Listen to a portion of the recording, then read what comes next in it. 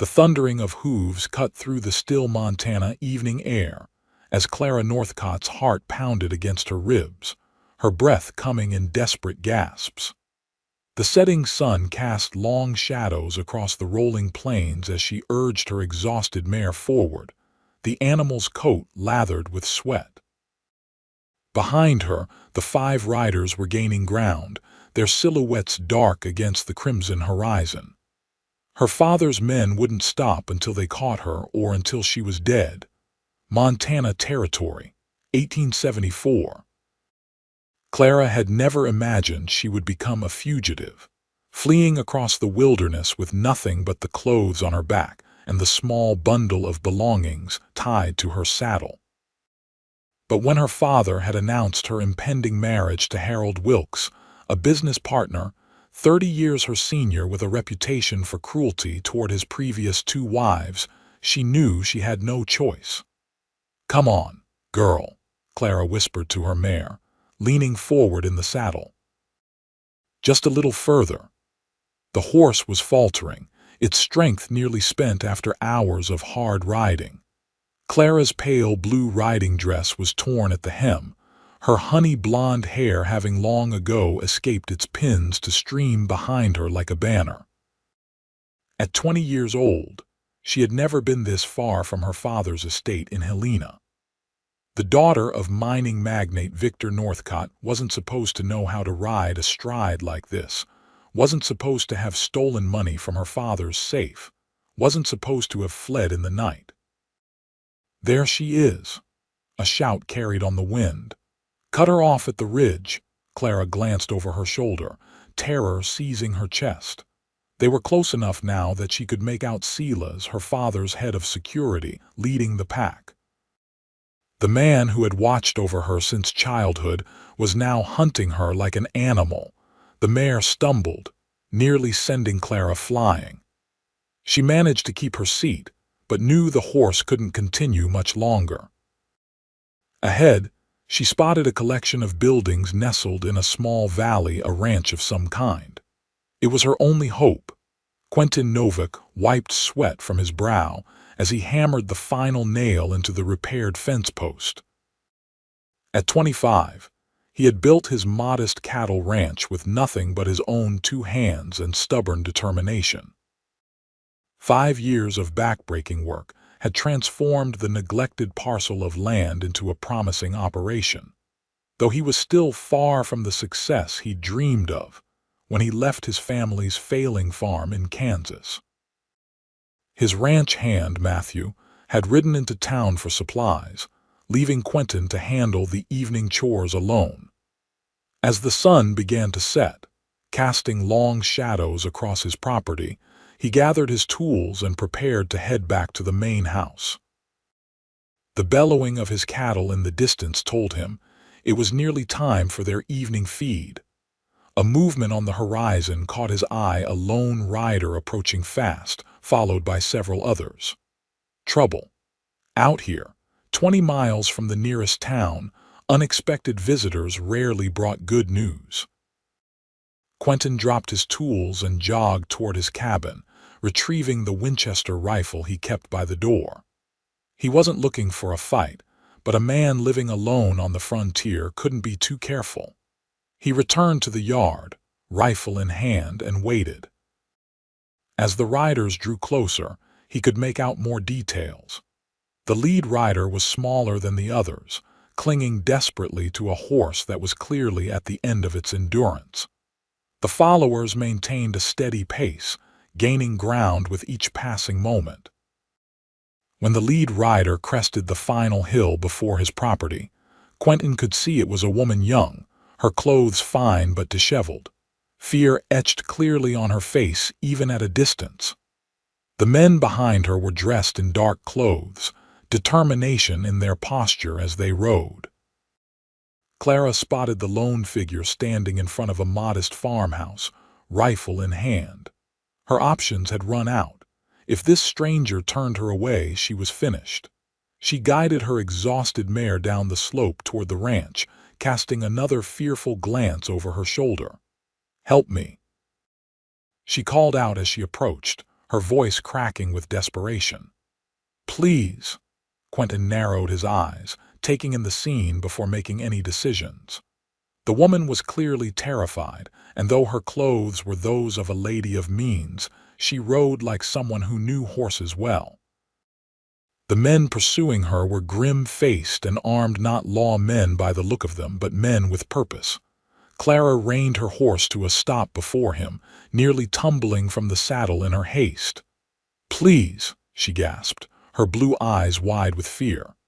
"They're going to take me back. I can't go back." "Who are they?" Quentin demanded, his voice firm but not unkind. "My father's men," she replied, trembling visibly. "He's forcing me to marry. I had to run." Quentin's jaw tightened.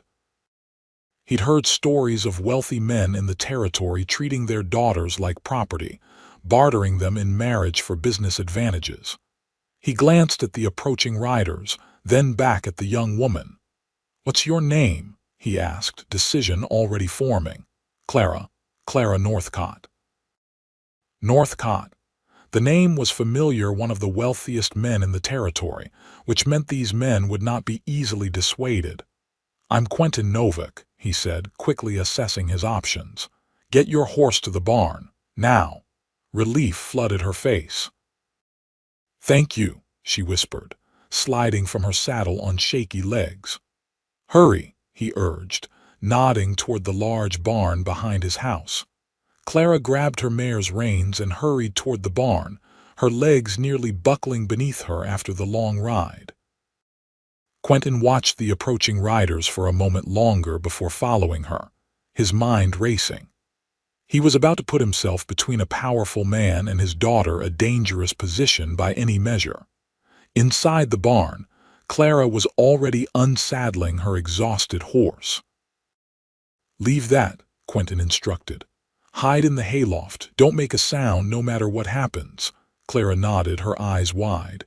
"They won't stop looking. My father—" She began, but Quentin cut her off, "one problem at a time. Go." She climbed the ladder to the hayloft with surprising agility for someone in a riding dress. Quentin quickly led her horse into an empty stall, removed the saddle himself, and tossed some hay before the tired animal. He closed the stall door and scattered some loose hay over the ground to conceal any obvious signs of her arrival. Emerging from the barn, rifle in hand but pointed at the ground, Quentin positioned himself in the yard as the 5 riders approached. They slowed their horses, forming a loose semicircle before him. The leader, a hard-faced man with a thick mustache, surveyed the property with narrowed eyes. "Evening," Quentin called out, his tone neutral. "Something I can help you gentlemen with." The leader studied him carefully. "Name's Silas Burke, head of security for Mr. Victor Northcott. We're looking for his daughter, Clara. She ran away this morning. Trail leads right this way." Quentin maintained an impassive expression. "Haven't seen any young women out this way, just me and my cattle." Silas's eyes narrowed. "Mind if we take a look around?" Girl's riding a chestnut mare, probably exhausted by now. Her father's mighty worried about her safety out here alone. "So worried he sent armed men after her," Quentin observed, not bothering to hide the edge in his voice. One of the other men, younger and more impulsive looking, spoke up. "You questioning Mr. Northcott's concern for his own daughter, Cowboy?" Quentin shifted slightly, adjusting his grip on the rifle.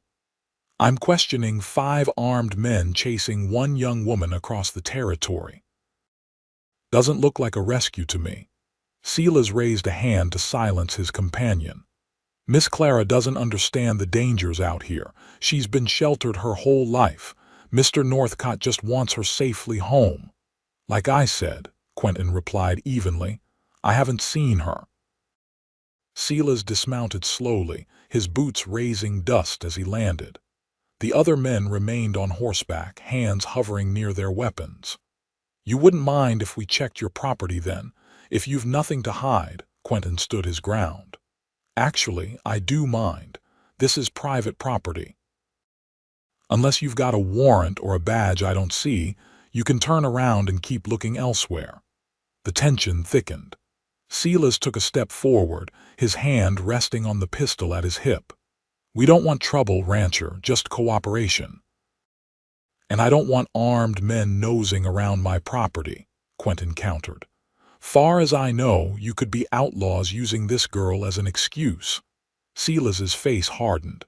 "Mr. Northcott won't take kindly to interference." "I'm not interfering with anything," Quentin replied. "I'm standing on my own property telling trespassers to move along. Simple as that." The standoff stretched for several tense seconds before Silas spoke again. "Boys, check the barn." Two of the riders dismounted and started toward the barn. Quentin raised his rifle, not pointing it directly at anyone but making his intention clear. "That's far enough," he said, his voice steady. "I don't want blood spilled here today, but this is my land, and I decide who walks on it." The two men halted, looking to Silas for direction. The security chief assessed Quentin, clearly calculating whether this lone rancher would actually fire on them. "You willing to die for a girl you've never met?" Silas asked quietly. "I'm willing to defend my property," Quentin answered. "Are you willing to die trying to trespass on it?" In the tense silence that followed, a horse whinnied in the distance, drawing everyone's attention momentarily. Quentin's heart pounded in his chest, but he kept his exterior calm. He'd faced down rustlers before these men might be employed by wealth, but that didn't make them any more dangerous than the desperate men he'd encountered in his years on the frontier. Finally, Silas made a small gesture, and his men backed away. "We'll be watching the roads," he said, his voice low. "If she comes this way, you'd be wise to send her home. Victor Northcott isn't a man you want as an enemy." "I'll keep that in mind," Quentin replied, not lowering his rifle until all 5 men had remounted. Silas fixed him with a final hard stare. "We'll be back, Cowboy, with more men and the law on our side if necessary." Quentin didn't respond, standing firm as the riders turned and rode away.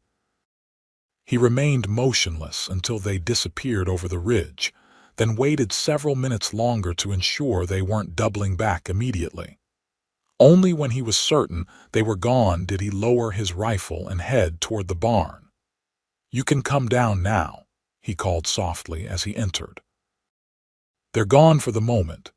Clara descended from the hayloft, hay clinging to her hair and dress. Her face was pale, her eyes wide. "Thank you," she whispered. "You risked your life for a stranger." Quentin set his rifle aside and began filling a bucket with water for her horse. "They'll be back," he said plainly. "Probably tomorrow with more men." Clara nodded, brushing hay from her skirt with trembling hands. "I know. I'm sorry to bring trouble to your door." "You want to tell me what this is really about?" he asked, turning to face her. "Why Victor Northcott's daughter is running across the territory alone." Clara hesitated, then squared her shoulders. "My father arranged for me to marry Harold Wilkes. You know of him?" Quentin frowned. "Mining investor, owns half the businesses in Bozeman, twice widowed." "Yes," Clara confirmed, a shadow crossing her face. "Both wives died under questionable circumstances. But he has connections my father wants, and in exchange I'm to be delivered like cattle at auction." Quentin studied her for a moment. With her golden hair and delicate features, she looked every bit the society daughter, but there was a determination in her blue eyes that spoke of deeper strength. "How'd you get away?" he asked. "I've been planning for weeks," she admitted. "I took money from my father's safe, my mother's inheritance that he's kept from me. I waited until he left for a business trip to Butte, then slipped away before dawn. I thought I'd have more of a head start, but Silas realized I was gone by midday." Quentin nodded slowly. "You have somewhere you're heading." "My mother's sister lives in Oregon. She wrote to me in secret after Mother died, said I'd always have a place with her if I needed it." Clara looked down at her hands. "I never thought I'd need to take her up on it." Quentin considered this information. The sun had set fully now, darkness settling over the ranch. He lit a lantern hanging from a beam and regarded Clara thoughtfully. "You need rest and food. Come to the house." He hesitated. "It's not much and I live alone, but you have my word you'll be safe." Clara looked up at him with gratitude. "I've imposed enough. Perhaps I should continue tonight, use the darkness for cover." Quentin shook his head. "Your horse needs rest more than you do, and those men will be watching the roads. Better to wait until I can figure out how to get you safely on your way." Relief and exhaustion battled on Clara's face. "Thank you, Mr. Novak. I'll find a way to repay your kindness." "Quentin," he corrected, offering a slight smile, "and staying alive would be repayment enough. I'd rather not have risked my neck for nothing." This drew a small laugh from Clara, the sound surprisingly musical in the quiet barn. Quentin found himself noticing the way the lantern light caught in her eyes, bringing warmth to their blue depths. He quickly pushed the thought aside. "Come on," he said, picking up the lantern. "Let's get you settled." As they walked toward the modest cabin, Clara took in her surroundings. The ranch was small but well-maintained, with a sturdy corral, a smokehouse, and several outbuildings in addition to the large barn. A small garden plot sat near the cabin, and beyond it stretched fenced pastures where dark shapes of cattle could just be made out in the gathering darkness. "You've built all this yourself?" she asked. Quentin nodded. 5 years of work. Started with nothing but the land and 10 head of cattle. Got about 100 head now." "It's impressive," Clara said sincerely. "It's humble," he corrected, "but it's mine." The pride in his voice was unmistakable, and Clara felt a pang of admiration. This man had created something from nothing through his own hard work, so different from the world of inherited wealth and privilege she had known. Quentin's cabin was simple but clean, with a main room containing a sturdy table, a few chairs, a small bookshelf surprisingly well stocked with volumes, and a stone fireplace. A doorway led to what appeared to be a bedroom, and a small kitchen area occupied one corner of the main room. "You can take the bed," Quentin said, setting the lantern on the table. "I'll sleep out here." "I couldn't possibly," Clara began to protest. "You can and will," Quentin interrupted firmly. "You've had a harder day than me." Too exhausted to argue further, Clara nodded gratefully. Quentin busied himself building a fire in the hearth while she stood awkwardly in the center of the room, suddenly acutely aware of her disheveled appearance. "I must look a fright," she murmured, attempting to smooth her tangled hair. Quentin glanced up from the fire, the flames beginning to catch the kindling. "You look like someone who's fought hard for her freedom," he said simply. "Nothing shameful in that." The matter-of-fact comment touched Clara more deeply than any practiced compliment she'd ever received in Helena's society parlors. She watched as Quentin moved to the kitchen area, efficiently preparing a simple meal of beans, jerky, and cornbread from the previous day. "It's not what you're used to," he apologized, setting the food on the table. "But it'll keep you going." "It looks wonderful," Clara assured him, suddenly realizing how hungry she was. She hadn't eaten since her meager breakfast, consumed in anxious haste before her escape. They ate in companionable silence for a few minutes, Clara savoring the simple food as though it were a feast. When she'd taken the edge off her hunger, she looked up to find Quentin watching her with quiet curiosity. "How does a society daughter learn to ride like you do?" he asked. Clara smiled faintly. "My mother taught me before she died. Father disapproved, said it wasn't ladylike to ride astride, but Mother insisted I learn properly. She said a woman should always have the means to get herself out of trouble." "Wise woman," Quentin commented. "She was," Clara agreed, her voice softening with memory. "After she died 3 years ago, Father became more controlling. the finishing school in Denver, the endless parade of suitors he deemed suitable. And then Harold Wilkes offered a partnership in his newest mine in exchange for a young bride. Her voice hardened. As if I were simply another asset to be leveraged, Quentin's expression darkened. Some men view women that way, he said quietly. Never sat right with me. And you? No wife to help with this ranch of yours? Clara asked, then immediately regretted the personal question. Forgive me, that's not my business. Quentin didn't seem offended. Was engaged once back in Kansas. Sarah. Her family decided to move to California after 2 bad harvests. She chose to go with them instead of staying with me. He shrugged, but Clara sensed the old wound beneath the casual gesture. Can't blame her. Farming life is hard on women. So is being treated like property, Clara countered. At least on a farm, the work has purpose. Quentin studied her with newfound respect. You're not what I expected from Victor Northcott's daughter. I'll take that as a compliment, Clara replied with a small smile. After they finished eating, Quentin showed Clara to the bedroom, providing her with one of his clean shirts to sleep in and a basin of water to wash. Get some rest, he advised. Tomorrow we'll need to figure out what to do before Silas returns with reinforcements. Left alone, Clara changed gratefully out of her filthy riding dress. Quentin's shirt hung loosely on her frame, reaching nearly to her knees. She washed her face and hands, then combed through her tangled hair with her fingers as best she could. The bed was simple but clean, with a handmade quilt that spoke of care and attention. As she slipped between the sheets, exhaustion overwhelmed her. For the first time since she'd fled her father's house that morning, she allowed herself to acknowledge how terrified she had been still was. But somehow, in this stranger's modest cabin, she felt safer than she had in years. Outside in the main room, Quentin banked the fire and made himself as comfortable as possible on a bedroll near the hearth. His mind raced with the day's unexpected turn of events. By sheltering Clara Northcott, he had made an enemy of one of the most powerful men in the territory. The sensible thing would be to send her on her way at first light, perhaps with supplies and directions, but without further involvement.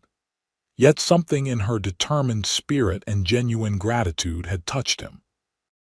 The courage it must have taken for a sheltered young woman to flee everything she knew, rather than submit to a loveless marriage, spoke of remarkable character. And the genuine way she had admired his modest ranch, seeing the years of work behind it rather than its humble appearance, had stirred something in him he'd thought long buried after Sarah's departure. Dangerous thoughts, he warned himself. Clara Northcott was passing through his life, not meant to be a part of it. His duty was to help her safely on her way, nothing more.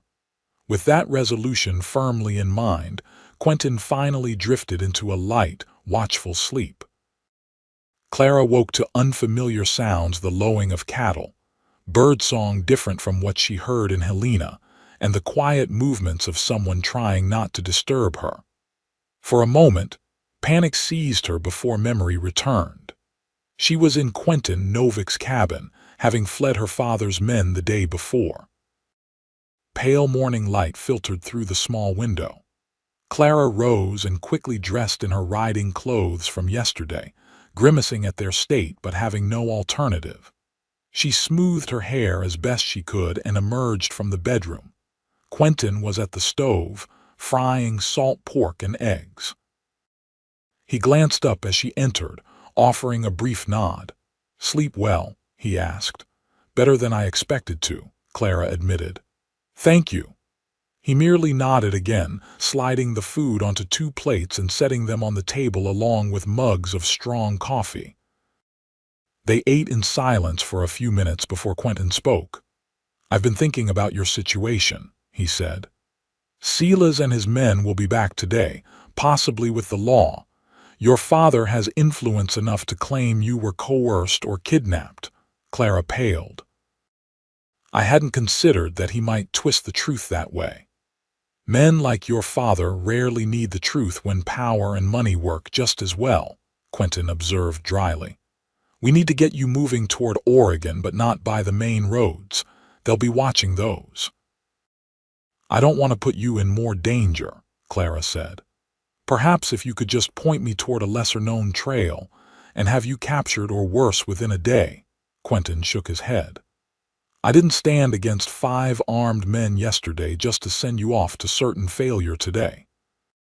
Clara was touched by his determination to help her. What do you suggest?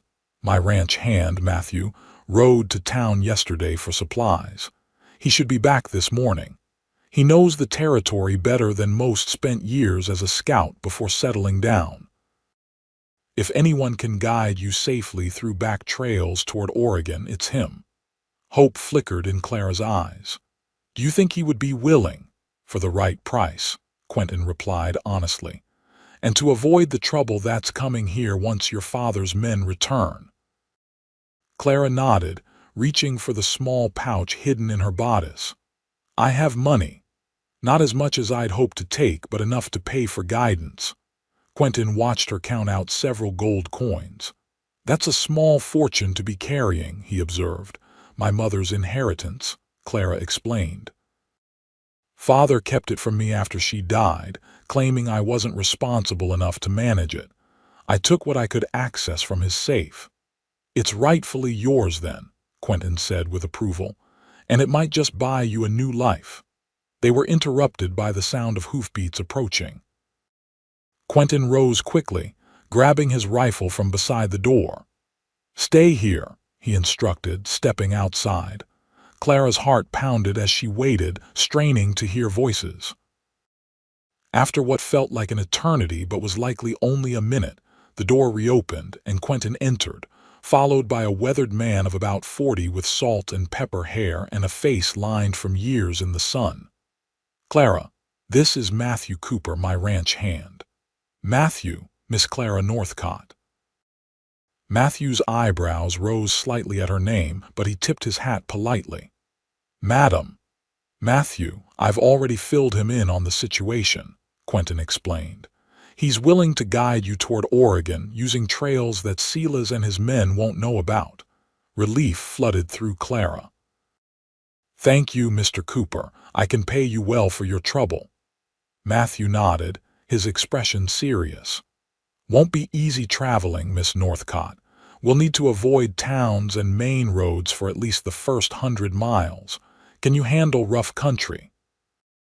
I'm tougher than I look, Clara assured him. And I'm a quick learner. She rides well, Quentin added, something like pride in his voice. Matthew considered for a moment. We'll need supplies. Food, bedrolls, proper clothes for you. Can't have you traveling in that finery, stands out too much. I brought clothes from town, Quentin said. Plan to take them to the widow Jenkins next week. Her son's about Clara's size, growing like a weed. They'll be too big, but better than what she has.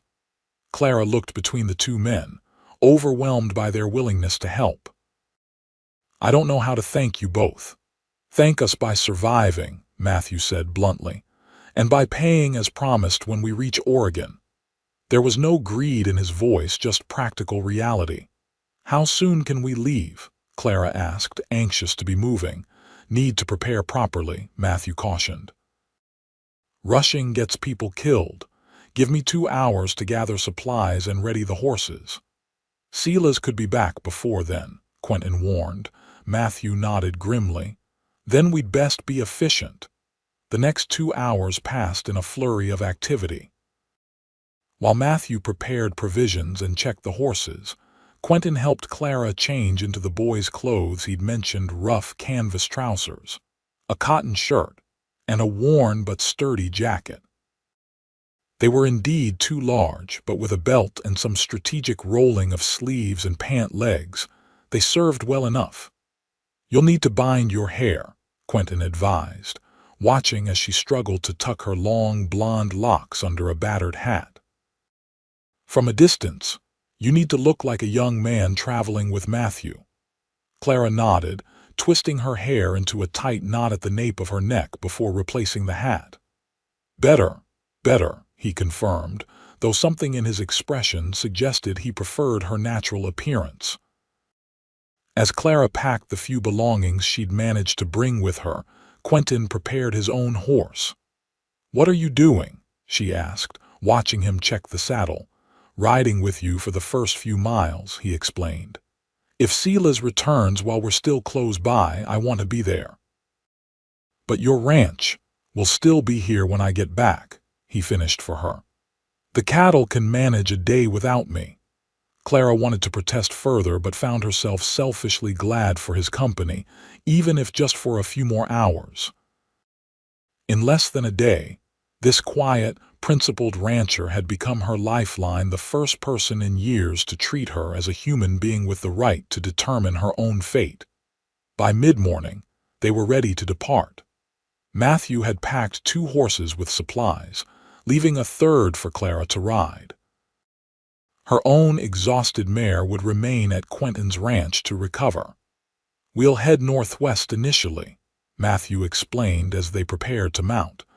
"Most would expect you to take the most direct route west. After a day, we'll turn more directly west and pick up an old trapper's trail I know that runs parallel to the main road, but several miles north through rougher country." Clara nodded, committing his words to memory. As she placed her foot in the stirrup of her new mount, a cloud of dust on the horizon caught her eye. "Riders," she warned, her voice tight with fear. Quentin turned sharply, shading his eyes against the morning sun. "At least 7 or 8, he confirmed. "Silas kept his promise about bringing more men." "We need to move," Matthew urged. "Now, you 2 go," Quentin decided quickly. "I'll delay them, make them search the property. It'll buy you time." Clara's heart clenched at the thought of leaving him to face her father's men alone. "They could hurt you," she protested. "They could, but they won't," Quentin replied with grim confidence. "Not if they want to avoid a murder charge. Your father wants this handled quietly."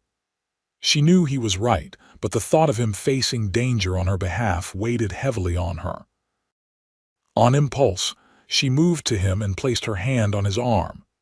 "Thank you," she said softly, looking up into his eyes. "I won't forget what you've done for me." For a moment, something flickered in Quentin's expression, a warmth that went beyond simple kindness. Then he stepped back, his face composed once more. "Go," he said firmly. "Stay safe." With a final glance, Clara mounted her horse and followed Matthew as he led them away from the ranch, cutting across a field toward a stand of trees that would provide cover. They rode hard, not speaking, focused only on putting distance between themselves and the approaching riders. Behind them, Quentin watched until they disappeared into the trees, then turned to face the approaching men. He counted 8 riders in all, Silas and the 4 from yesterday, plus 3 newcomers. One wore a badge that caught the sunlight as they approached. So Silas had convinced a lawman to join his cause, just as Quentin had feared. Setting his jaw, Quentin returned to his yard and waited, rifle in hand but pointed at the ground. He had bought Clara time, now he just needed to buy her more.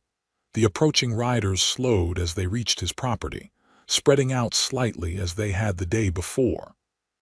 Silas rode at the front, his face set in hard lines. Beside him was a man Quentin didn't recognize, expensively dressed despite the dust of travel, his bearing imperious. Victor Northcott himself, Quentin realized, come to reclaim his daughter personally. Behind them rode a man wearing the star of a territorial marshal, an unexpected complication. Quentin had expected a local sheriff, perhaps beholden to Northcott's influence, not a federal lawman. "Mr. Novick," Silas called out as they halted their horses. "We've come for Miss Northcott." Quentin remained impassive. "As I told you yesterday, there's no young woman here." Victor Northcott urged his horse forward, his face flushed with anger beneath his neatly trimmed beard. "Don't play games, rancher. My daughter was tracked to this property. Where are you hiding her?" "Mr. Northcott, I presume," Quentin replied evenly. "I'm not hiding anyone. Feel free to search my cabin if you don't believe me." The marshal moved his horse alongside Northcott's. "Mr. Novick, I'm Marshal James Harker. We have reason to believe Clara Northcott came to your property yesterday evening. Obstructing our search could be considered aiding a fugitive." "Fugitive?" Quentin raised an eyebrow. "Has Miss Northcott committed a crime I'm unaware of?" "She's stolen money from my safe," Northcott declared. "And she's not of sound mind. The girl has become increasingly unstable since her mother's death, prone to flights of fancy and irrational behavior." The calculated lie infuriated Quentin, though he kept his expression neutral. "Sounds like a family matter rather than a legal one," he observed. "The theft makes it a legal matter," the marshal countered. "Now, are you going to cooperate, or do I need to place you under arrest for obstruction?" Quentin considered his options. He needed to give Clara and Matthew as much time as possible to put distance between themselves and the search party. The longer he kept these men here, the better her chances. "Search all you want," he said finally, stepping aside to gesture toward his cabin. "But I'd appreciate if you'd respect my property while you do it." The marshal nodded to two of the men, who dismounted and headed for the cabin. Northcott remained on his horse, studying Quentin with undisguised contempt. "You don't realize what you're involving yourself in, rancher," he said coldly. "My daughter requires supervision and guidance. She's not capable of making rational decisions." "Seems rational enough to avoid a marriage she doesn't want," Quentin replied before he could stop himself. Northcott's eyes narrowed. "So you admit she was here?" Quentin realized his mistake too late. "I admit nothing. I'm making an observation based on what Silas told me yesterday about a runaway daughter." The men returned from the cabin. "No sign of anyone inside," one reported. "Check the barn," Silas ordered. As several men dismounted to search the outbuildings, the marshal turned to Quentin. "When did you last see your ranch hand, Mr. Novick?" The question caught Quentin off guard. "Matthew. He returned from town this morning with supplies." "And where is he now?" Quentin shrugged. "Checking the north pasture. Some of the fencing needed repair after the last storm." The marshal's eyes narrowed slightly. "Convenient timing." Before Quentin could respond, shouts came from the barn. One of the men emerged, leading Clara's exhausted chestnut mare. "This is Miss Northcott's horse," Silas confirmed, dismounting to examine the animal. "Still warm from being rubbed down and fed." The marshal turned hard eyes on Quentin. "You want to change your story, Mr. Novick?" Quentin maintained his composure, though his mind raced. "Found that horse wandering near my property yesterday, exhausted. Brought her in, cared for her. Was planning to ask around in town to find the owner." "A chestnut mare with the Northcott brand clear as day," Silas challenged, pointing to the mark on the horse's flank. "You expect us to believe you didn't know whose horse this was?" "I'm relatively new to these parts," Quentin replied evenly. "Don't know every ranch brand in the territory." Victor Northcott's face had darkened with anger. "You're lying, rancher. You've helped my daughter run, and by God, you'll tell me where she's gone or face the consequences." The marshal raised a hand to calm Northcott. "Mr. Novick, obstructing justice is a serious offense. If you've helped Miss Northcott evade her father and continue her flight, you could face charges." "What justice am I obstructing?" "Exactly," Quentin challenged. "A father forcing his daughter into marriage against her will. Is that justice in the territory now?" "The theft is the crime," the marshal reminded him, though Quentin noted a flicker of discomfort in the man's eyes. And Mr. Northcott has concerns about his daughter's state of mind. Convenient concerns, Quentin muttered. One of the men searching the property called out from near the corral. "Marshal, fresh tracks heading northwest. 2 riders by the look of it." Silas immediately began organizing his men. "We need to pursue immediately. They can't have more than an hour's head start." The marshal studied Quentin for a long moment, then turned to Northcott. "Mr. Northcott, I'll accompany your men to locate your daughter and determine for myself the truth of this situation." Northcott nodded stiffly. "I'm coming as well. I want to be there when my daughter is found." "And him?" Silas asked, jerking his head toward Quentin. The marshal considered. "Mr. Novak, I'm placing you under house arrest pending further investigation. You're not to leave your property. We'll discuss charges when I return." Quentin had expected worse. House arrest at least meant he wasn't being dragged along with them or thrown in some distant jail cell. The moment they left, he could follow at a distance to ensure Clara's safety. "I understand," he said, offering no resistance. The marshal seemed surprised by his easy compliance. "One of Mr. Northcott's men will remain to ensure you follow these instructions." This was an unwelcome development. Quentin glanced at the designated guard, one of the younger men from yesterday, who looked eager for any excuse to use his weapon. Within minutes, the search party had mounted up and was following the tracks Clara and Matthew had left. Quentin watched them go, anxiety gnawing at him. Matthew was skilled in the wilderness, but 8 determined men with fresh horses were dangerous odds. The guard positioned himself on the porch of Quentin's cabin, rifle across his lap, watching Quentin with obvious suspicion. "Got any coffee?" the young man asked, making himself comfortable. "Help yourself," Quentin replied tightly. "Pot's on the stove." As the guard disappeared briefly into the cabin, Quentin's mind raced. He needed to get rid of this man and follow the search party. Clara's life might depend on it. Inside the cabin, the guard rummaged noisily, providing Quentin with an opportunity. Moving quietly to the side of the house, he retrieved a coil of rope from a hook on the wall. When the guard emerged with a mug of coffee, Quentin was standing casually by the corral, appearing to check on his horses. "Don't try anything stupid," the guard warned, taking a seat on the porch steps. "Wouldn't dream of it," Quentin assured him. "Just concerned about my stock with all this commotion." The guard grunted, sipping his coffee while keeping a watchful eye on Quentin. For the next hour, Quentin moved about the yard, attending to chores while surreptitiously preparing for what he needed to do.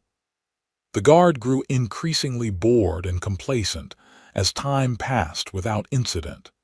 When Quentin finally made his move, it happened so quickly the guard had no time to react. A thrown stone clattered loudly against the barn wall, drawing the guard's attention. As he turned to look, Quentin closed the distance between them in 3 long strides, bringing the handle of his axe down hard on the back of the man's head. The guard crumpled, unconscious but breathing. Working quickly, Quentin bound and gagged the unconscious man, dragging him into the root cellar beneath the cabin. It wasn't ideal, but it would keep him secure and out of sight until Quentin returned. The man would have a terrible headache, but he'd live. Within minutes, Quentin had saddled his fastest horse, packed basic supplies, and was riding hard in the direction the search party had taken. Clara and Matthew had a plan to evade pursuit, but Quentin couldn't shake the feeling that they would need his help before this was over. Miles ahead, Clara and Matthew pushed their horses at a punishing pace, taking advantage of Matthew's intimate knowledge of the terrain to follow game trails and natural features that wouldn't leave obvious tracks. By midday, they had reached a dense forest that offered better concealment. "We need to rest the horses," Matthew advised, drawing his mount to a halt in a small clearing. Won't do us any good to run them into the ground. Clara nodded, sliding gratefully from her saddle. Her legs ached from the unfamiliar trousers and the long hours of riding. Do you think we've lost them? Matthew's weathered face was grim. For now, maybe, but your father's men will have picked up our trail by the time they reach the ridge. They'll be following, though they might be slowed trying to determine which way we turned once we hit the rocky ground back there. Clara sank onto a fallen log, suddenly overwhelmed by the reality of her situation. I've dragged you both into terrible danger, she said quietly. Mr. Novak could lose everything because of me. Matthew unsaddled the horses, allowing them to graze on the sparse grass while keeping them tethered. Quentin's a grown man who made his choice, he said matter-of-factly. Same as me, we both know the risks. But why? Clara pressed. Why would you help a stranger at such cost? Matthew was silent for a moment as he distributed some jerky and hardtack between them. Can't speak for Quentin, though I have my suspicions, he finally said. For me, I had a sister once. Husband beat her something terrible. When she tried to run, the law brought her right back to him.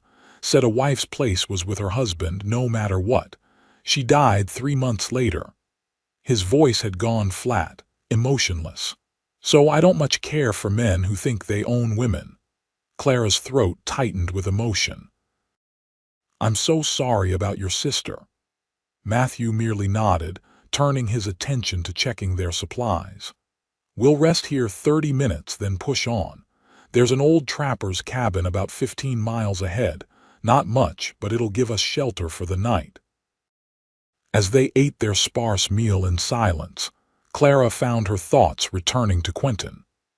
The quiet strength in his eyes, the principled way he had stood against her father's men, he was unlike any man she had met in her sheltered life. She hoped fervently that he wouldn't suffer too greatly for his kindness to her. Back at the ranch, Victor Northcott surveyed the modest property with disdain. He had remained behind when the others rode out, claiming fatigue from the journey, but actually wanting a private word with this rancher who had dared interfere in his affairs. You've made a grave mistake, Mr. Novak, he said, dismounting carefully to avoid dirtying his fine boots any more than necessary. Quentin regarded him coolly. Have I? My daughter is confused and impressionable, Northcott continued, walking slowly around the yard as if assessing the value of the property. She doesn't understand what's best for her future. This marriage to Harold Wilkes would secure her position in society permanently. Seems to me she understands perfectly well, Quentin countered. 2 dead wives tends to make a man an unappealing prospect. Northcott's eyes flashed with anger. You overstep, rancher. Those deaths were tragic accidents, nothing more, if you say so. I do say so, Northcott snapped. And I say you've interfered in matters far beyond your station. Do you have any idea who I am? What I can do? Quentin leaned against the corral fence, seemingly unconcerned. You're a man who thinks he can buy and sell people, including his daughter. That tells me all I need to know about who you are. Northcott's face flushed dark with rage. I could destroy you with a word. 1 letter to the land office questioning the legitimacy of your claim. 1 word to the bank holding your mortgage. I don't have a mortgage, Quentin interrupted calmly. Paid for this land outright with money I earned myself, and my claim is registered proper and legal. But I appreciate you showing your hand so clearly, Mr. Northcott. The older man's composure cracked further. When they bring Clara back, she'll be on the first train to Denver with a proper chaperone. The wedding will proceed as planned, and you'll regret the day you decided to play hero to a foolish girl. Your daughter isn't foolish, Quentin said, his own anger finally showing through his calm exterior. She's brave enough to risk everything for a chance at freedom. That's not foolishness, that's courage. Northcott studied him with new understanding. "You care for her," he said, surprise giving way to calculation. "One day's acquaintance and you're already half in love with her." He laughed coldly. "How pathetically predictable. Clara has always had a talent for wrapping men around her finger when it suited her purposes." The accusation stung more than Quentin wanted to admit. Was that what had happened? Had he been manipulated by a pretty face and a sad story? No. He'd seen the genuine fear in Clara's eyes, the determination that went bone deep. Whatever game Northcott was playing, Quentin wasn't falling for it. "I care about justice," he replied evenly. "And there's nothing just about forcing a young woman to marry against her will." Northcott waved a dismissive hand. "Spare me your frontier morality, rancher.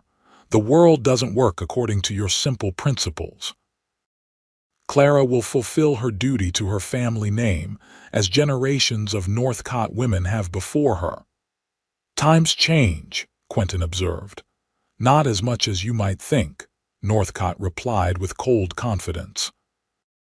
"Money and power still determine the course of events, not the foolish notions of cowboys and runaway daughters." Their conversation was interrupted by the young guard, who approached nervously. "Mr. Northcott, sir. Your driver is asking if you'll be rejoining the search party soon. Says the light will be failing in a few hours." Northcott nodded. "I'll be there momentarily." He turned back to Quentin, his voice lowered. "A final word of advice, Mr. Novick. When Clara is found, and she will be found, forget you ever met her. Any further interference will be met with the full force of my influence. And out here in the territory, that influence reaches further than you can imagine." With that, he turned and strode back to his waiting carriage, not bothering to look back at Quentin or his modest ranch. The message was clear. Men like Victor Northcott considered themselves above consequences, above the law, above common decency. As the carriage pulled away, the young guard resumed his position on the porch, rifle at the ready. Quentin returned to his chores, mind working furiously on a plan. He needed to warn Clara and Matthew about the pursuit, but first, he had to deal with his unwanted visitor. The opportunity came as dusk approached. The guard, bored and increasingly drowsy, had taken to pacing the yard to stay alert. When Quentin offered him coffee to help stay awake, the young man accepted gratefully. "Been a long day," the guard commented, taking the offered mug. "Bound to be a longer night," Quentin agreed, watching as the man drank deeply. Within 20 minutes, the laudanum Quentin had mixed into the coffee began to take effect. The guard's eyelids grew heavy, his movements sluggish. Quentin helped the barely conscious man to a bedroll by the fire, where he quickly fell into a deep sleep that would last well into the morning. Free of his watcher, Quentin wasted no time. He quickly saddled his fastest horse, packed essential supplies, and set out in the direction Clara and Matthew had taken. The sun was setting, making tracking difficult, but Quentin knew these lands well. If he pushed hard through the night, he might catch up to them by dawn, hopefully, before Northcott's men did. As he rode, Quentin tried to analyze his own motives honestly. Was Northcott right? Had he allowed himself to develop feelings for Clara in the brief time he'd known her? The idea was absurd on its face. One couldn't fall in love in a day. Yet something about her courage, her determination, and yes, the vulnerable gratitude in her blue eyes had stirred something in him he'd thought long buried after Sarah's departure. Whatever these feelings were, they couldn't matter now. What mattered was ensuring Clara reached safety, that she had the chance to build the life she chose rather than the one forced upon her. If that meant risking his ranch, his freedom, even his life, so be it. The night closed around him as he rode, the stars emerging one by one in the vast Montana sky. Somewhere ahead, a young woman was fighting for her future. and Quentin Novick was determined she wouldn't fight alone. Dawn broke over the mountains as Clara and Matthew prepared to leave the trapper's cabin where they'd spent a few precious hours resting. The small, dilapidated structure had offered little comfort, but it had provided shelter and concealment through the darkest hours of the night. "How much farther to Oregon?" Clara asked as she helped Matthew secure their packs. The weathered guide gave her an appraising look. "At least 2 weeks of hard riding, assuming we avoid towns and main roads. Could be longer if weather turns or we need to adjust our route to avoid pursuit." Clara nodded, absorbing this reality. 2 weeks of rough travel through wilderness, always looking over her shoulder, always afraid. But the alternative, returning to her father, to Harold Wilkes, was unthinkable. "You're holding up better than I expected," Matthew commented as they led the horses from the small clearing where the cabin stood. "Most society ladies would be complaining about the accommodations by now." Clara managed a small smile. "I'm finding that I'm stronger than I thought. Or perhaps just more desperate."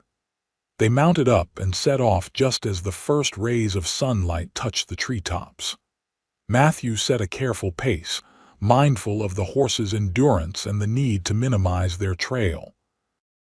They followed a shallow stream for nearly a mile before cutting across rocky terrain that would make tracking more difficult. "Your father's men will have camped for the night," Matthew observed, "but they'll be moving again by now. We need to maintain our lead." Clara nodded, her thoughts drifting to Quentin. Had he faced consequences for helping her? The possibility weighed heavily on her conscience. "Do you think Mr. Novick will be all right?" Matthew considered the question. "Quentin can handle himself. Known him 3 years now, he's not a man who breaks easily." "But my father is powerful," Clara pressed. "He could make trouble for the ranch, for Quentin's livelihood." "Might try," Matthew allowed. "But Quentin owns that land free and clear. Worked himself nearly to death to pay it off early. Your father can't take that from him easily." This information provided some comfort. At least Quentin wouldn't lose his home because of her. Still, the image of him standing alone against her father's men haunted her. They rode in silence for another hour before Matthew suddenly raised his hand, signaling a halt. Clara froze, her senses instantly alert. "What is it?" she whispered. Matthew dismounted silently, motioning for her to do the same. He led their horses behind a rocky outcropping before returning to peer carefully over a ridge. "Riders," he murmured. "4 of them about a half-mile east, moving fast." Clara's heart hammered in her chest. "My father's men, most likely. They're following the stream we used earlier." "Good tracking." There was professional respect in Matthew's voice despite their circumstances. "What do we do?" Matthew's weathered face was grim. "We're on higher ground with good cover. Better to hide and let them pass than risk being spotted if we run." They secured their horses and found positions among the rocks where they could watch without being seen.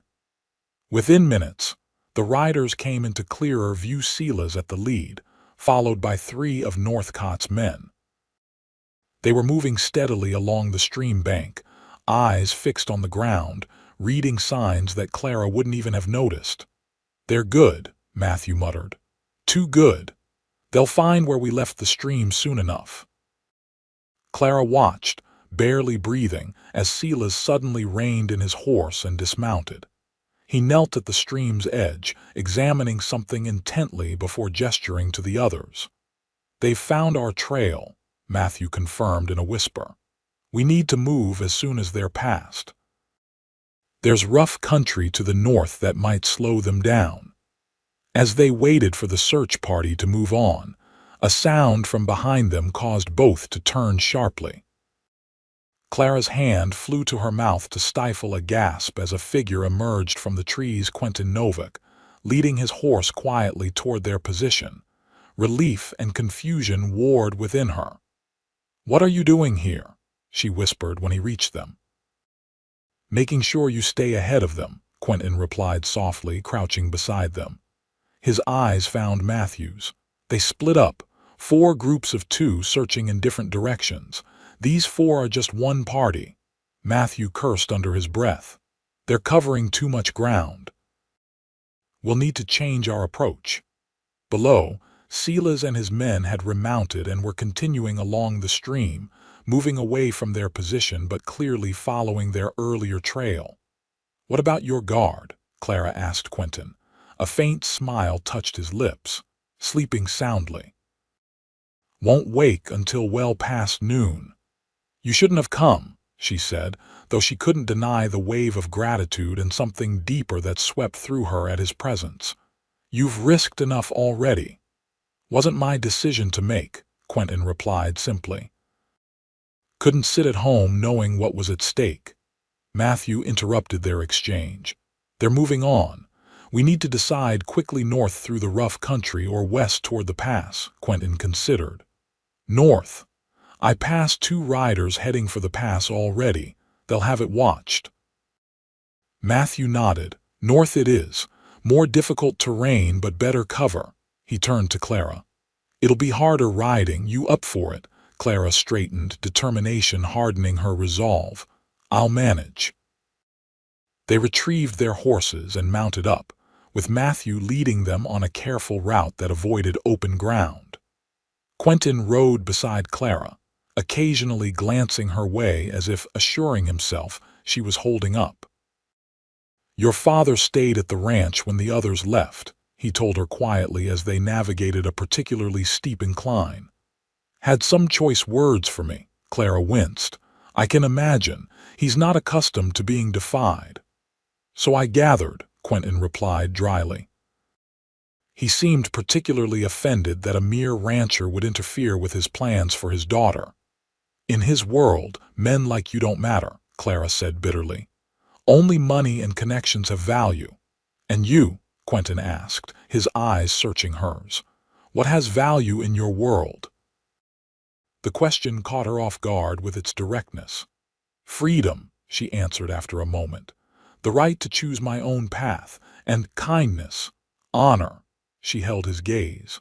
"Things I've seen more of from a mere rancher in one day than from all my father's wealthy associates in years." Something flickered in Quentin's eyes, surprise, perhaps, or pleasure at her words. Before he could respond, Matthew signaled for quiet as they approached a ridge overlooking a steep valley. For the next several hours, they pushed northward through increasingly rugged terrain. The horses struggled on the difficult trails, forcing them to dismount and lead the animals through the worst sections. Clara's muscles screamed in protest, unused to such exertion, but she refused to complain or slow their pace.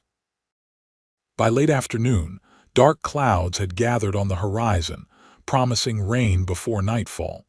Matthew led them toward a deep ravine where a small cave offered shelter from the impending storm. "We'll rest here," he decided as they dismounted.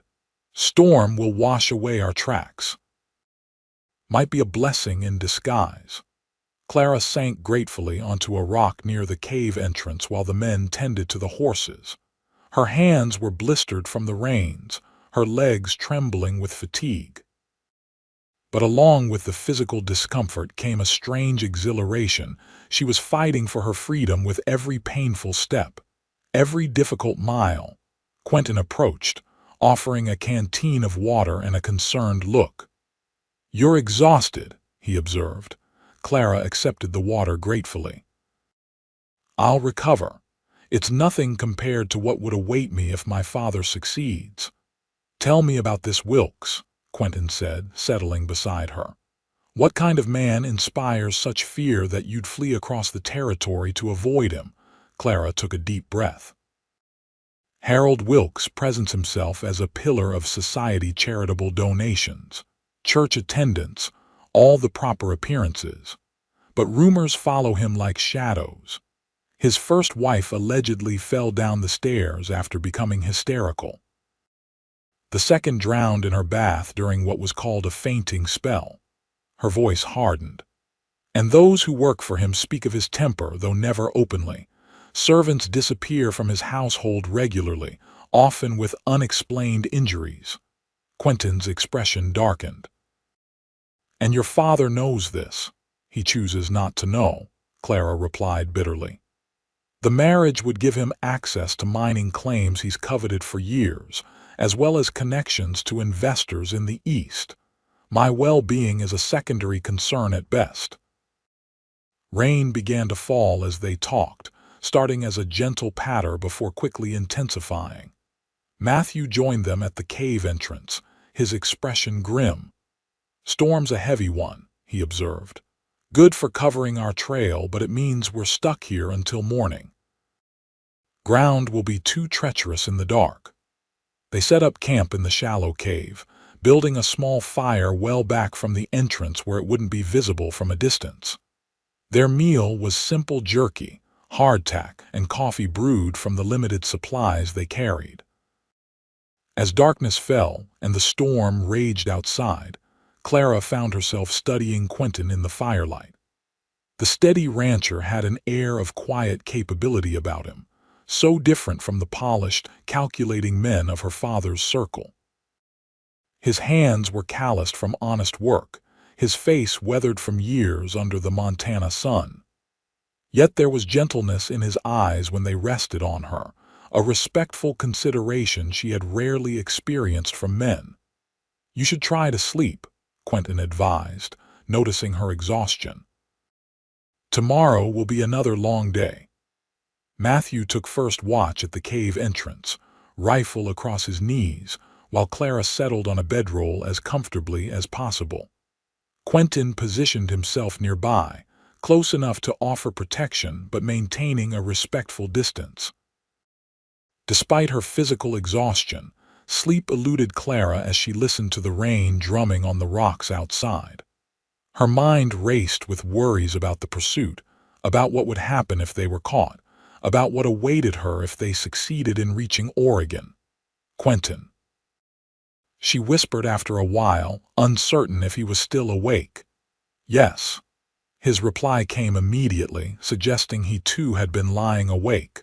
What will you do when this is over, when you return to your ranch? There was a pause before he answered. Continue building what I've started. More cattle, better breeding stock, perhaps expand the house eventually. Alone? The question slipped out before she could consider its implications. Another pause, longer this time. I've grown accustomed to solitude, he finally said, though I admit it's not always by choice. Clara rolled onto her side, facing him though she could barely make out his silhouette in the dim firelight. Thank you, she said softly. Not just for helping me escape, but for reminding me that there are good men in the world. After my father, after hearing about Wilkes, I had begun to doubt. We're not all cut from the same cloth, Quentin replied, his voice equally soft. I know that now, Clara whispered. Sleep finally claimed her, the sound of rain and the knowledge of Quentin's presence nearby providing a sense of security she hadn't felt in years. Morning brought clearing skies and renewed urgency. They set out at first light, Matthew leading them through terrain that grew increasingly wild as they pushed northward. The storm had indeed washed away many of their tracks, but it had also made the going more difficult, with muddy trails and swollen streams to navigate. By midday, they had made good progress without signs of pursuit. They paused in a small meadow to rest the horses and eat a brief meal. If we maintain this pace, Matthew calculated, we could reach the territory border in 4 days.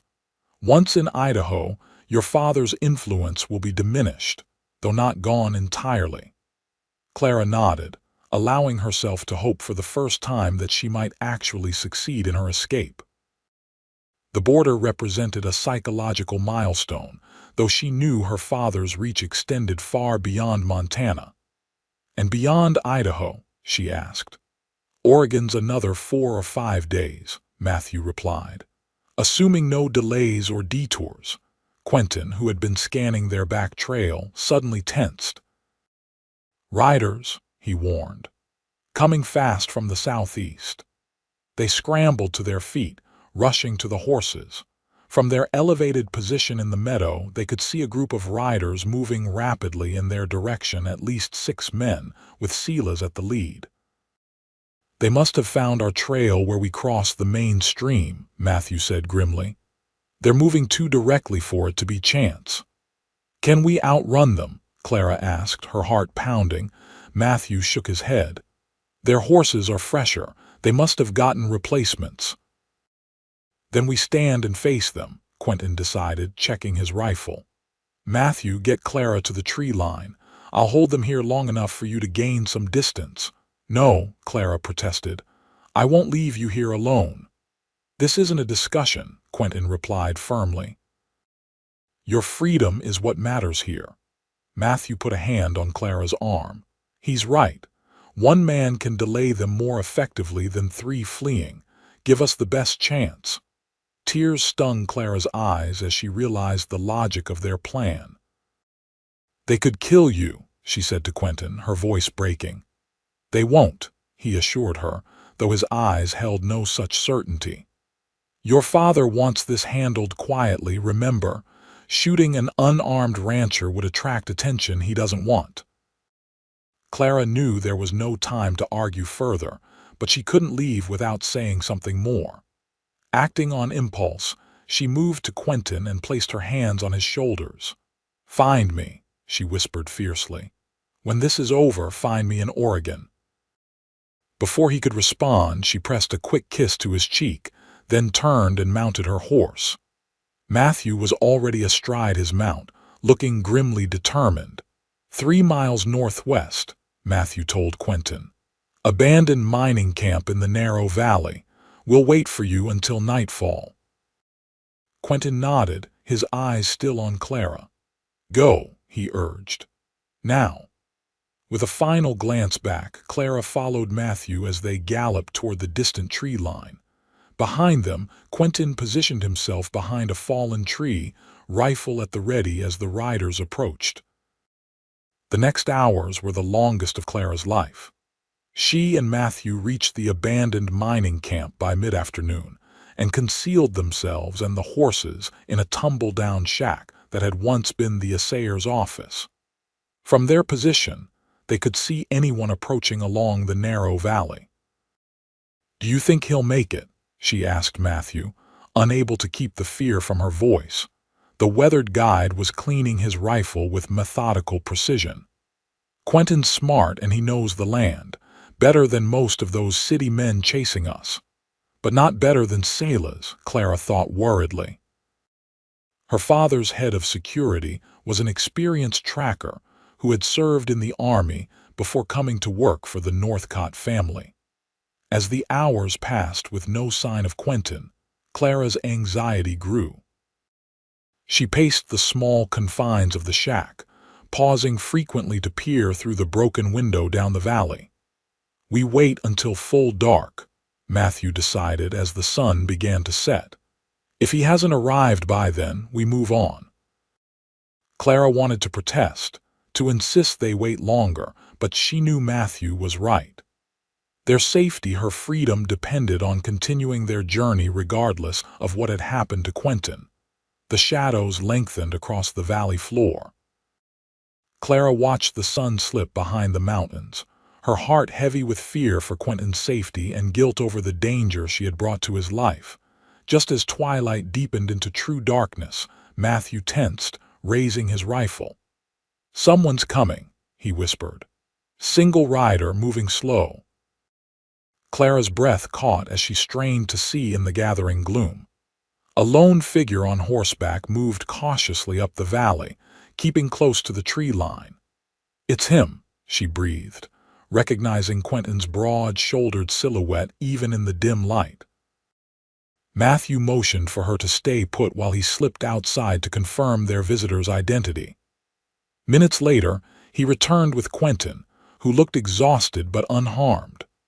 "What happened?" Clara asked, relief making her voice tremble as she resisted the urge to throw her arms around him. Quentin sank onto a wooden crate, accepting the canteen Matthew offered. Led them on a false trail east for about a mile before doubling back, he explained after drinking deeply. Silas wasn't fooled for long, but it created enough confusion to split their party.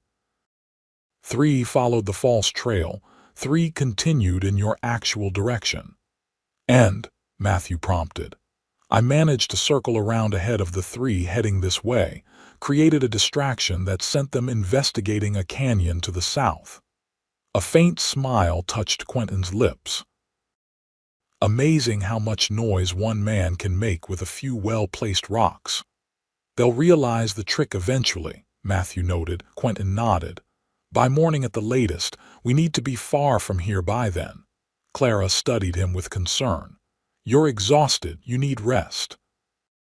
We all do, he acknowledged, but we can't afford more than a few hours. Matthew considered their options. We can push north through the night. There's a line of ridges about 10 miles from here that would be impossible to navigate in darkness for anyone who doesn't know them well. I do. You think we can reach them before these men regroup? Quentin asked. If we leave within the hour, yes. The decision made, they allowed themselves a brief rest and a cold meal before preparing to move out. As Clara helped gather their meager supplies, she found herself working alongside Quentin. I'm glad you made it, she said softly. When the hours passed with no sign of you, I feared. I know, he replied, his voice equally quiet, but I made a promise to find you, didn't I? Clara looked up, surprised. I asked you to find me in Oregon. After. And I intend to keep that promise too, he said simply, holding her gaze. Something shifted between them in that moment, an acknowledgement of feelings that had been growing since their first meeting. In different circumstances, with more time, they might have explored this connection further. But with danger close behind them, all they could do was exchange a look of understanding before returning to their preparations. They rode out under a sky brilliant with stars, Matthew leading them on a route that followed game trails and natural features rather than any established path. Clara rode between the 2 men, her exhaustion temporarily forgotten as she focused on following Matthew's lead over the increasingly difficult terrain. By midnight, they had reached the first of the ridges Matthew had mentioned. The trail narrowed to a treacherous path along the ridge's spine, with steep drops on either side. In daylight, it would have been challenging. In darkness, it was terrifying. Single file, Matthew instructed. Follow exactly where I go. One wrong step could send you and your horse over the edge. Clara swallowed hard, gathering her courage. She had come too far to falter now. Keeping her eyes fixed on Matthew's back, she guided her horse carefully along the narrow path, feeling Quentin's reassuring presence behind her. For over an hour, they navigated the ridge system, the difficulty of the terrain requiring their complete concentration. When they finally descended to more level ground on the far side, Clara was shaking with exhaustion and tension. We've bought ourselves some time, Matthew announced, allowing them to rest briefly. Even Silas won't attempt those ridges at night. They'll have to find a way around, which could take them most of a day. Then we press our advantage, Quentin decided. How far to the Idaho border from here? Matthew calculated. 3 days of hard riding, less if we risk the main trails, but that increases our chances of being seen. And if we're seen, word will get back to my father, Clara added. He has business connections throughout the territory. They agreed to avoid settlements and main roads, even at the cost of slower progress. After a few hours' rest in a sheltered grove, they continued their journey as dawn broke, pushing northwest toward the Idaho border.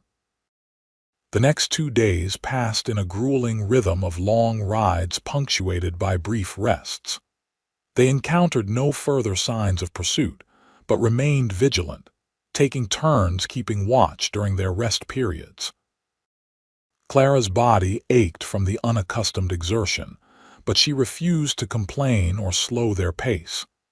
Each mile brought her closer to freedom. Each hour without detection was a victory. During their journey, the dynamics between the three travelers shifted subtly. Matthew, initially reserved and professional, had developed a protective attitude toward Clara, teaching her survival skills during their rest periods with gruff patience.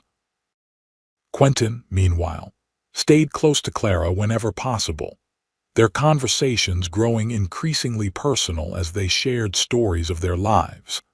Clara learned that Quentin had lost his parents young and been raised by an uncle who taught him ranching. His dream of his own land had driven him west to Montana, where hard work and determination had built the modest ranch she had first seen. In turn, she shared memories of her mother, the only person who had truly understood her yearning for independence, and her lonely years after her mother's death when her father's control had tightened like a noose. On the evening of the third day, Matthew announced that they would cross into Idaho by noon the following day if all went well. They made camp in a protected hollow near a small stream, allowing themselves the luxury of a small fire since they believed they had outpaced their pursuers. As they sat around the fire after their simple meal, Clara found herself contemplating what lay ahead. The immediate danger of capture was fading, but the future remained uncertain. Her aunt in Oregon was her only plan, her only connection in a world where she had been sheltered from practical realities her entire life. "What will you do?" she asked Quentin as Matthew took first watch at the edge of their camp. "After we reach Idaho, will you return to your ranch?" Quentin poked at the fire with a stick, his expression thoughtful. "Eventually, not immediately. I want to see you safely to your aunt's first." The declaration warmed Clara more than the fire before them. "You've already done so much. Your ranch needs you." "Matthew can ride back with word that I'll be delayed," Quentin replied, his decision apparently already made. "The cattle can manage a few more weeks without me." Clara studied his profile in the firelight, this man who had risked everything for a stranger. Except she wasn't a stranger anymore, was she? In the crucible of their flight across the territory, something had formed between them, a connection deeper than mere attraction or gratitude. "And when I'm safely with my aunt," she asked softly, "what then?" Quentin turned to meet her gaze, his eyes reflecting the dancing flames. "That depends," he said, his voice equally soft. "On what?" "On whether there might be a place for a Montana rancher in your new life," he answered, the question clear in his tone. Clara's heart quickened. "I think," she said carefully, "that my new life would be immeasurably poorer without him." A smile touched Quentin's lips, not the reserved expression she had first seen, but something warmer, more open. He reached across the space between them, taking her hand in his.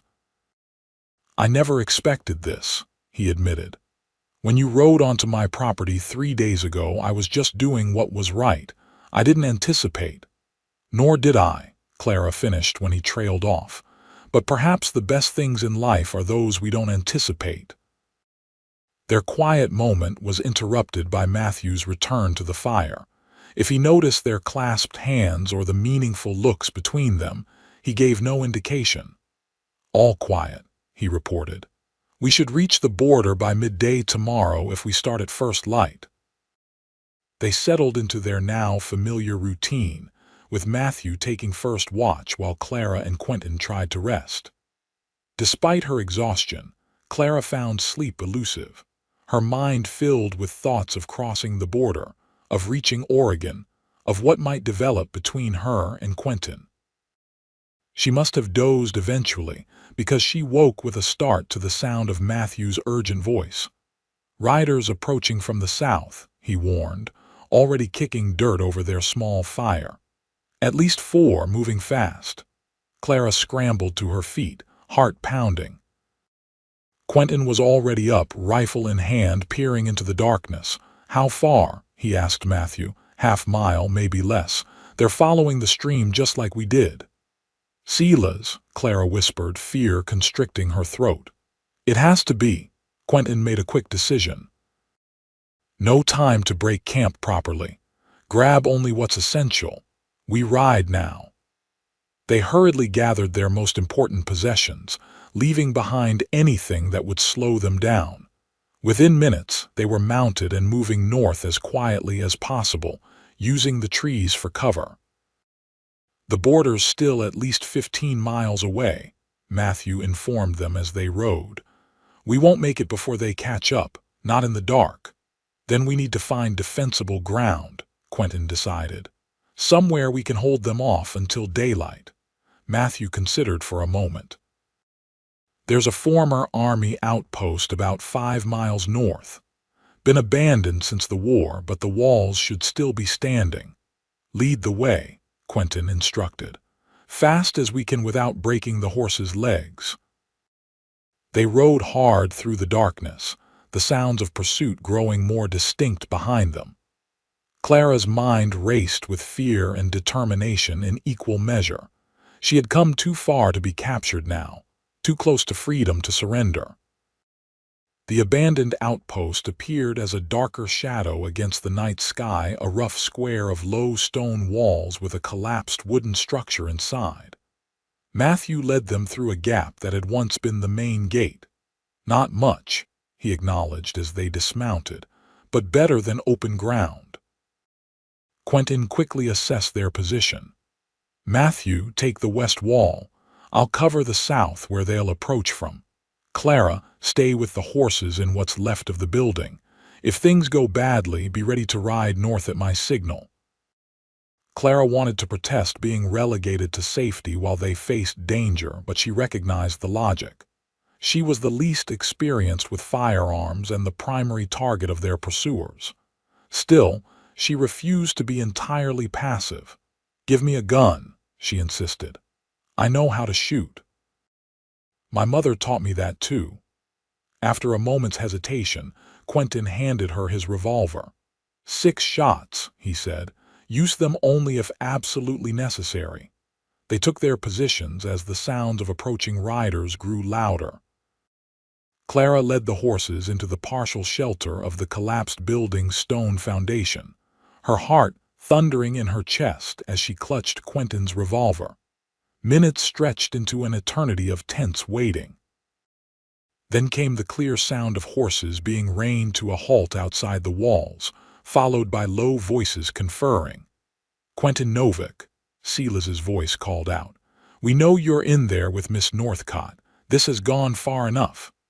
Quentin remained silent, rifle trained on the gap in the south wall. "You're outnumbered and surrounded," Silas continued. "There's no way out of this. Send Miss Northcott out, and Mr. Northcott is willing to forget your involvement in this matter." "And if I don't?" Quentin finally responded, his voice steady. "Then things get unpleasant," Silas replied. "Mr. Northcott has authorized us to use whatever means necessary to recover his daughter." From her position, Clara could just make out Quentin's silhouette against the night sky. His posture was resolute, unwavering. "Miss Northcott isn't property to be recovered," he called back. "She's a grown woman who's made her choice. I suggest you respect it." A new voice joined the conversation, one that made Clara's blood run cold. "My daughter is confused and manipulated," Victor Northcott himself announced. "I held out hope that she would come to her senses, but it appears you've poisoned her mind further, Novick." Clara hadn't expected her father to be part of the pursuit. His presence changed the dynamics significantly. Victor Northcott rarely dirtied his own hands unless the stakes were extraordinarily high. "Clara," her father called. "I know you can hear me. This foolishness has gone on long enough. Come out now, and I'll ensure Mr. Novick faces no charges for his misguided interference." Anger surged through Clara, burning away her fear. She stepped forward into the moonlight where her father could see her, though she remained within the perimeter of the walls. "I'm not confused or manipulated, Father," she called back, her voice stronger than she had expected. "I'm seeing clearly for the first time in years. I won't marry Harold Wilkes or anyone else of your choosing. I won't be sold to advance your business interests." Even in the darkness, she could sense her father's fury at her defiance. Victor Northcott was not accustomed to being challenged, especially not publicly by his own daughter. "You ungrateful child," he spat. "After everything I've provided for you, you provided a gilded cage," Clara interrupted. "Mother would be ashamed of what you've become." The mention of her mother struck a nerve. Victor's voice hardened.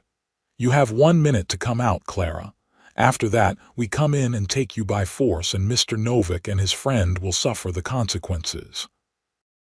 Clara's grip tightened on the revolver. She looked toward Quentin, finding his eyes already on her. Even across the distance between them, she could read his expression clearly, unwavering support for whatever she decided.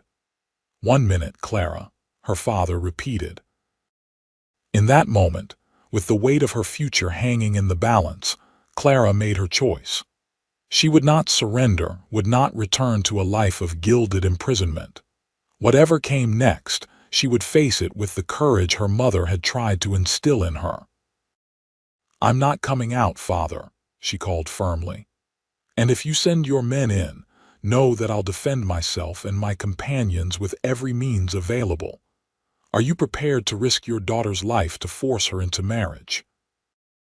Her father's silence suggested he hadn't anticipated this level of resistance. Clara pressed her advantage. "The world is changing, Father. Women aren't property to be bartered anymore. If you force me back now, I'll only run again. And next time, I'll make sure the entire territory knows exactly why Victor Northcott's daughter fled her home." The scandal would be devastating to her father's carefully cultivated public image. Victor Northcott presented himself as a pillar of society, a benevolent employer and community leader. The truth about his treatment of his daughter, about the arrangement with Wilkes, would undermine years of carefully constructed reputation. Long seconds ticked by without response. Then came the sound of low, urgent conversation outside the walls. Clara held her breath, waiting. Finally, her father's voice rang out again. "This isn't over, Clara. You may think you've won, but you're naive about the realities of the world. When your romantic notions collide with harsh reality, you'll regret this decision." "Perhaps," Clara replied steadily. "But it will be my decision to regret, not yours to make for me." More murmured conversation followed, then the sound of horses moving away. Clara remained frozen, disbelieving as the noises of the search party receded into the distance. "They're leaving," she whispered, half to herself. Matthew, who had maintained his position at the west wall throughout the confrontation, moved cautiously to the gap in the south wall to confirm. "Heading south," he reported after a moment. "All of them." Clara sagged against the stone foundation, relief washing over her in a wave that left her trembling. Quentin was at her side in an instant, steadying her with a gentle hand on her arm. "You did it," he said softly. "You stood your ground." "We did it," she corrected, looking up at him with tear-filled eyes. "I couldn't have done this without you. Either of you," she added, including Matthew with a grateful glance. Matthew gave a gruff nod of acknowledgement. "Don't celebrate yet," he cautioned. "They could be circling around or waiting down the trail. We should stay here until first light, then make for the border as fast as possible." Quentin agreed, though he kept his position close to Clara as they settled in to wait out the remaining hours of darkness. The night passed slowly, each sound in the surrounding forest causing them to tense, but no further confrontation materialized. As dawn broke, they cautiously checked their surroundings before preparing to depart. The search party had indeed withdrawn, leaving no sentries or ambush that they could detect. Why would he give up so easily? Clara wondered as they saddled the horses. My father has never accepted defeat gracefully. He didn't defeat him, Quentin pointed out. You outmaneuvered him. The threat of scandal would hurt him more than losing the arrangement with Wilkes. And he knows you're almost to Idaho, Matthew added pragmatically. His influence diminishes with every mile west we travel. They set out as the sun cleared the eastern mountains, pushing their tired horses as hard as they dared. By mid-morning, they reached a modest wooden marker indicating the territorial border between Montana and Idaho. Clara reined her horse to a halt, staring at the simple marker with a mix of disbelief and profound relief. She had done it crossed from her father's domain into a place where his reach, while not absent, was significantly weakened. Quentin drew his horse alongside hers. How does it feel? He asked quietly. Like the first breath after nearly drowning, she replied, turning to him with shining eyes. Like the beginning of something, not just an escape. The look they exchanged contained all the unspoken feelings that had developed between them: admiration, respect, and something deeper that neither was quite ready to name. Matthew, ever practical, interrupted the moment. Border's just a line on a map, he reminded them. We still have a long ride to Oregon. Best not to linger. He was right, of course. They continued westward, their pace more measured now that the immediate threat had passed. The terrain changed subtly as they traveled, the landscape of Idaho presenting new challenges and opportunities for concealment. That evening, as they made camp by a clear stream, Matthew announced his intention to return to Montana the following day. You can find your way from here, he told Clara. Quentin knows enough of this country to guide you the rest of the way to Oregon, and someone needs to look after the ranch. Clara thanked him sincerely for his help, pressing several gold coins into his hand despite his initial reluctance. You risked everything for a stranger, she said. I won't forget it. The weathered guide accepted the payment with a nod. Wasn't just for you, he said gruffly, with a meaningful glance toward Quentin. Seen that boy work himself to the bone for 5 years building something worthwhile. Figure he deserves something worthwhile in return. The simple observation brought warmth to Clara's cheeks and a rare, genuine smile to Quentin's face.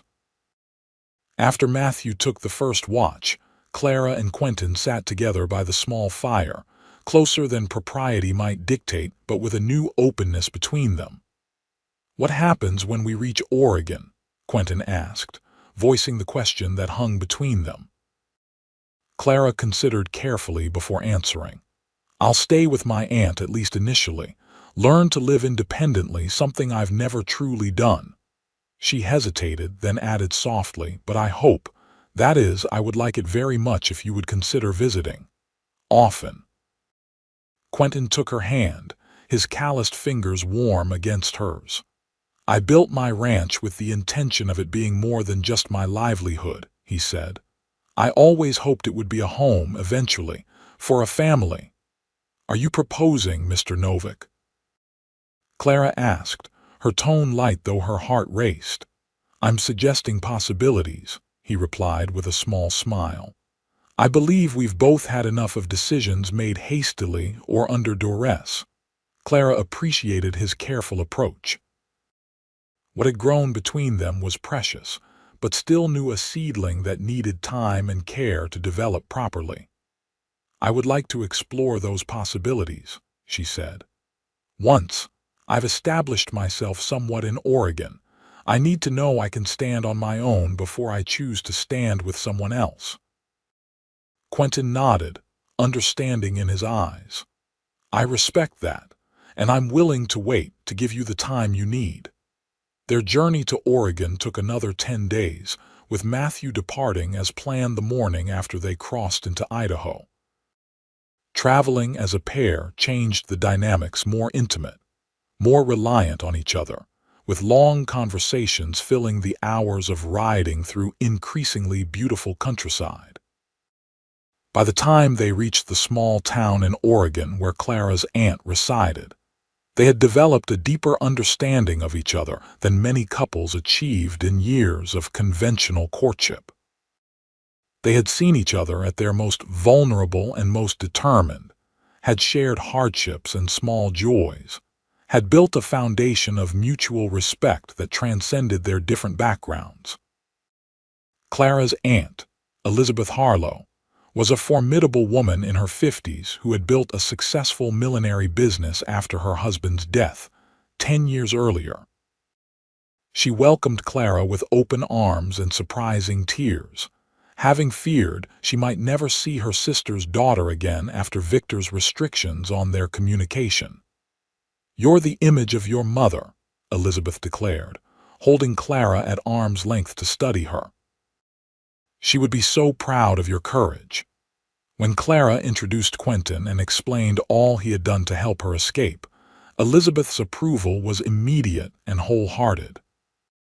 She insisted he stay as a guest in her comfortable home above the shop while Clara settled in, an arrangement that allowed them to continue their conversations and growing connection under the protection of propriety. After 2 weeks, however, Quentin knew he could delay no longer. His ranch needed him, and the distance between them would be the true test of what they had begun to build. On his last evening in Oregon, he and Clara walked along the quiet streets of the town, arm in arm under the watchful but discreet eye of Elizabeth, who followed at a respectable distance. "I've never been good at goodbyes," Clara admitted as they paused by a small town square. "But this isn't really goodbye, is it?" Quentin shook his head. "Just a pause. I'll return in the spring once the cattle are tended and the ranch is secure for a longer absence."